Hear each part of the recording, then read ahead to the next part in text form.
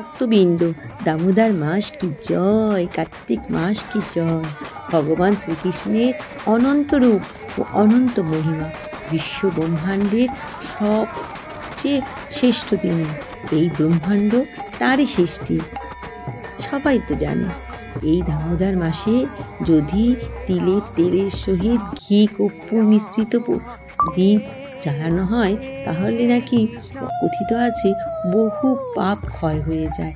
আমরা তো জ্ঞানে অজ্ঞানে অনেক পাপ করে থাকি, তাই সবারই উচিত এই দ্বীপ জ্বালানো।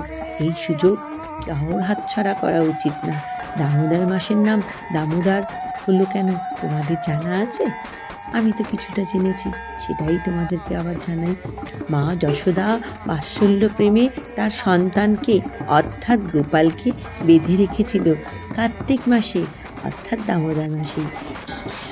তাই এই মাসের নাম দামোদর। দাম কথার অর্থ হচ্ছে রজু, রজু হচ্ছে দড়ি, আর উদর হচ্ছে পেট, পেটে বেঁধে রেখেছিল দড়ি দিয়ে, তাই এই মাসের নাম দামোদর মাস।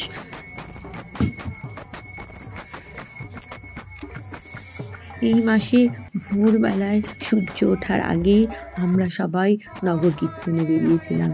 আবার প্রতিদিন অনেকেই বেরোয় এভাবে।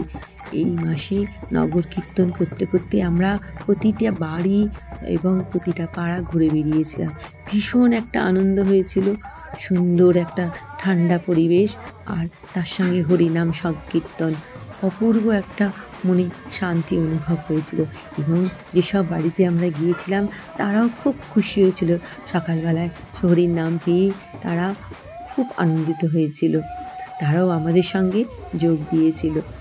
এভাবে আমরা নগর কীর্তন করতে থাকলাম। হরে কৃষ্ণ মহামন্ত্র নাম যত কানে শুনবে, যত মুখে বলবে, যত এটাকে আস্বাদন করবে, তত আনন্দ পাওয়া যায়। এই নামের আর বিকল্প কিছু হয় না, এই জন্যই এর নাম হচ্ছে মহামন্ত্র। আমরা নবকীর্তন করে এসে তারপরে সবাই মিলে আবার প্রসাদ সেবা নিলাম। কি অপূর্ব প্রসাদ ছিল, সে প্রসাদ পেয়ে এবার আমি বাড়ি চলে এসেছি। তারপরে আবার ঘরে ফুল তুলে পুজো করেছি।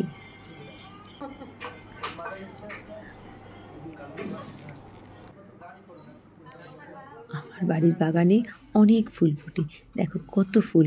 শুধু আমি পুজো করি তাই না, আশেপাশে অনেকেই ফুল নিয়ে যায়।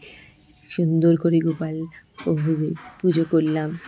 আর এইখানেও আমি এসে আবার দীপ জ্বালালাম, সেই ঘি, তিলের তেল আর কর্পূরের সাহায্যে দীপ জ্বালালাম।